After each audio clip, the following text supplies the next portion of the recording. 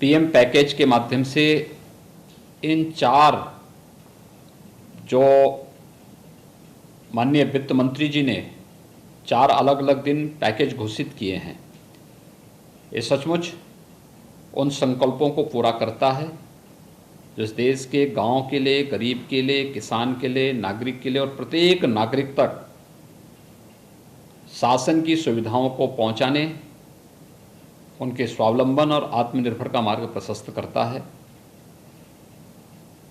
आज जो चौथे संस्करण में पीएम पैकेज का जो चौथा संस्करण माननीय वित्त मंत्री जी ने घोषित किया है, इसमें जो सबसे बड़ी बात है कि राज्य जिस बात की मांग कर रहे थे कि एफआरबीएम की सीमा को 3 से 5% किया जाए, आज इस मांग को भारत सरकार ने 1 वर्ष के लिए अपनी सहमति दी है। इससे राज्यों को अपने आवश्यकताओं की पूर्ति के लिए लोन लेने की एक सुविधा मिल जाएगी और 3 से 5% की सीमा बहुत अच्छी सीमा है। मुझे विश्वास है कि सभी राज्य, कमोबेश सभी राज्य इसकी मांग करते रहे थे। मैं इसके लिए आदरणीय प्रधानमंत्री जी का हृदय से आभार व्यक्त करता हूं, धन्यवाद देता हूं इस घोषणा के लिए।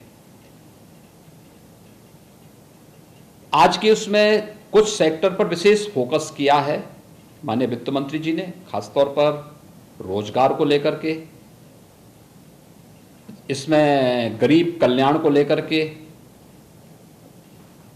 स्वास्थ्य को लेकर के और शिक्षा को लेकर के। अगर हम रोजगार की बात देखेंगे तो बहुत बड़ा कार्य इस पर पहले ही पैकेज के हर एक चरण में देखने को मिला है। एमएसएमई सेक्टर के लिए जो घोषणा पहले दिन हुई थी और जिस प्रकार से पूरे देश के अंदर उसका स्वागत हुआ, ये हमारा बैकबोन है। जैसे लोकल को ग्लोबल बनाने की आदरणीय प्रधानमंत्री जी ने बात कही है, तो ये उसका आधार है। और एमएसएमई सेक्टर को अगर आप देखेंगे तो इसमें जो सबसे बड़ी बात है, इंसॉल्वेंसी के नियमों में ढील दी गई है 1 लाख से 1 करोड़ तक।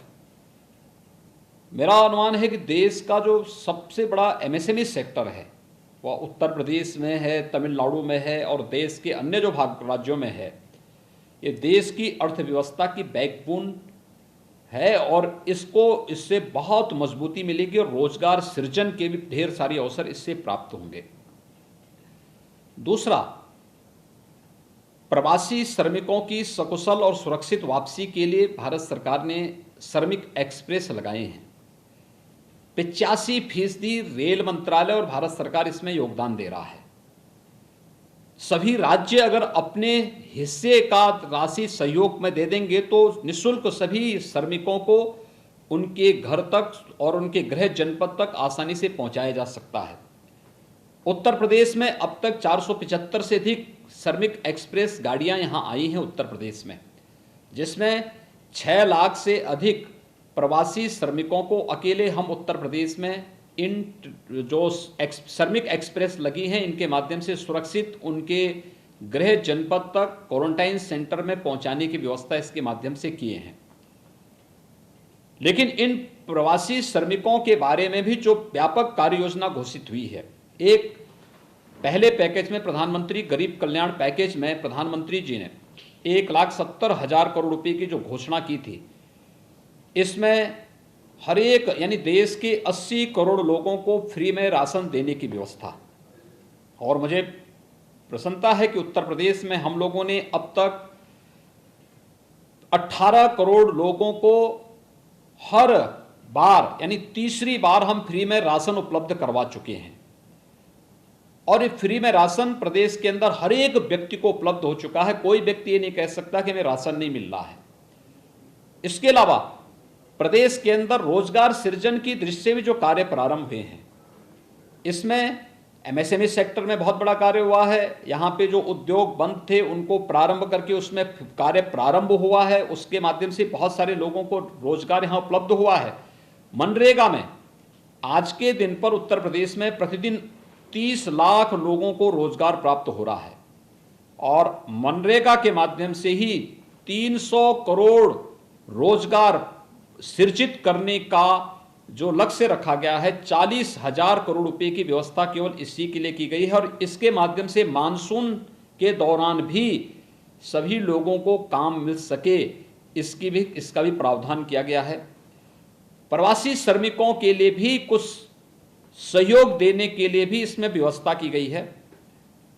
ये रोजगार सृजन के जो पैकेज घोषित हो रहे हैं, ये निश्चित ही हर एक हाथ को काम देने की सामर्थ्य रखते हैं और इस पर बहुत स्वागत योग्य है। मैं इसके लिए आदरणीय प्रधानमंत्री जी का हृदय से आभार व्यक्त करता हूं। स्वास्थ्य के सेक्टर में भी आज आप देखेंगे, उत्तर प्रदेश को ही अगर हम लोग लें तो जब कोरोना का पहला पॉजिटिव केस आया था तब उत्तर प्रदेश में हमारे पास तब न पीपीई किट यहाँ पे बनती थी, ना N95 मास्क की व्यवस्था थी, ना सैनिटाइजर की व्यवस्था हमारे पास थी। हमारे पास तब केवल 50 टेस्टिंग की क्षमता की एक लैब लखनऊ में थी। आज हमारे पास 26 लैबोरेटरी हैं। पर्याप्त मात्रा में भारत सरकार हमें किट उपलब्ध करा रहा है और प्रतिदिन हम लोग इस समय 6,000 टेस्ट प्रतिदिन कर रहे हैं। अगले 2-3 दिन के अंदर हम इस क्षमता को बढ़ा करके 10,000 तक करने जा रहे हैं। लगभग अब तक प्रदेश में 2.25 लाख से अधिक टेस्ट हम लोग संपन्न कर चुके हैं और कुशलतापूर्वक न केवल इस क्षमता का विस्तार हम लोगों ने भारत सरकार के सहयोग से किया है, अपितु लेवल 1, लेवल 2, लेवल 3 के कोविड हॉस्पिटल की भी एक लंबी श्रृंखला खड़ी करते हुए हम लोग अब तक 55,000 से अधिक केवल कोरोना पॉजिटिव के केसेज के उपचार के लिए 55,000 से अधिक बेड स्थापित कर चुके हैं और प्रदेश के सभी 75 जनपदों में आज वेंटिलेटर की सुविधा हमारे पास मौजूद है। ये व्यवस्था हम लोगों ने आज के दिन पर प्रदेश के अंदर अपनी व्यवस्थाएं प्रारंभ कर दी हैं। इन कार्यक्रमों को हम बहुत अच्छे ढंग से आगे बढ़ा रहे हैं।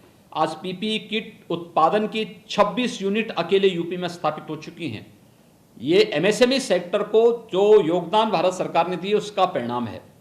सैनिटाइजर न केवल उत्तर प्रदेश आज इस मामले में हमारी फैक्ट्रियां, डिस्टिलरीज इसमें पर्याप्त मात्रा में सैनिटाइजर उपलब्ध करा रही हैं, बल्कि हमने 28 राज्यों को भी सैनिटाइजर यहां से भेजा है और उन 28 राज्यों में पर्याप्त मात्रा में सैनिटाइजर आज के दिन पे उपलब्ध हुआ है।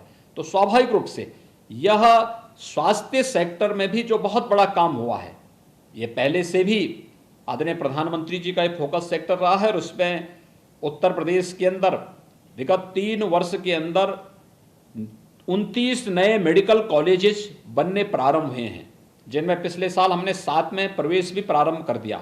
2 नए एम्स प्रारंभ हुए हैं, एक गोरखपुर और रायबरेली, दोनों में हम लोगों ने ओपीडी के साथ साथ वहां पर हम लोगों ने पाठ्यक्रम भी पिछले वर्ष से प्रारंभ कर लिया है।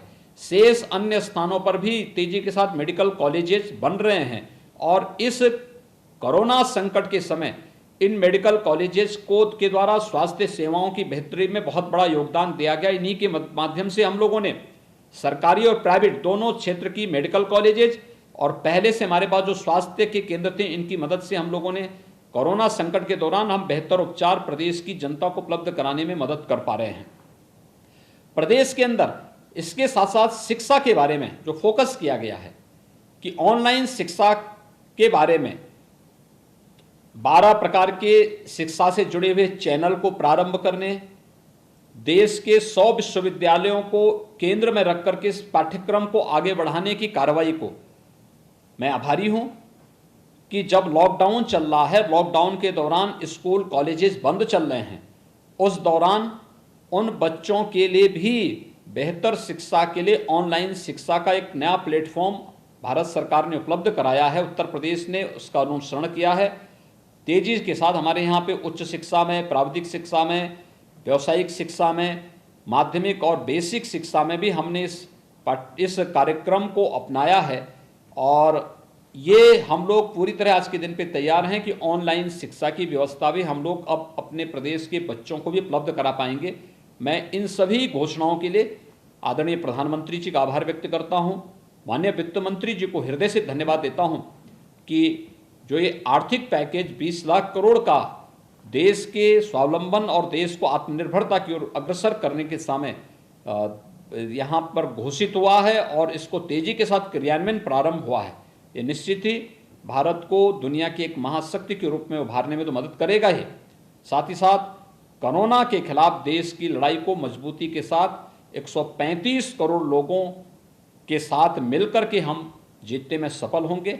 मैं इस बेहतरीन पैकेज के लिए प्रधानमंत्री मोदी जी का और वित्त मंत्री श्रीमती निर्मला सीतारमण जी का हृदय से आभार व्यक्त करता हूं। तो आर्थिक पैकेज का ऐलान जो केंद्र सरकार की तरफ से किया गया है उसको लेकर शुक्रिया अदा यहाँ पर, धन्यवाद यहाँ पर केंद्र की सरकार को, सीएम योगी आदित्यनाथ का, जहां पर उन्होंने कहा कि यूपी ने दूसरे राज्यों को भी सैनिटाइजर भेजा है और 18 करोड़ लोगों को फ्री में राशन भी दिया गया। इसके साथ उन्होंने कहा कि आर्थिक पैकेज को देखा जाए तो हर किसी का ख्याल इस आर्थिक पैकेज में रखा गया है। अब राज्यों को लोन लेने की सुविधा इस आर्थिक पैकेज से मिल जाएगी। वहीं राज्यों की मांग केंद्र सरकार ने भी मान ली है।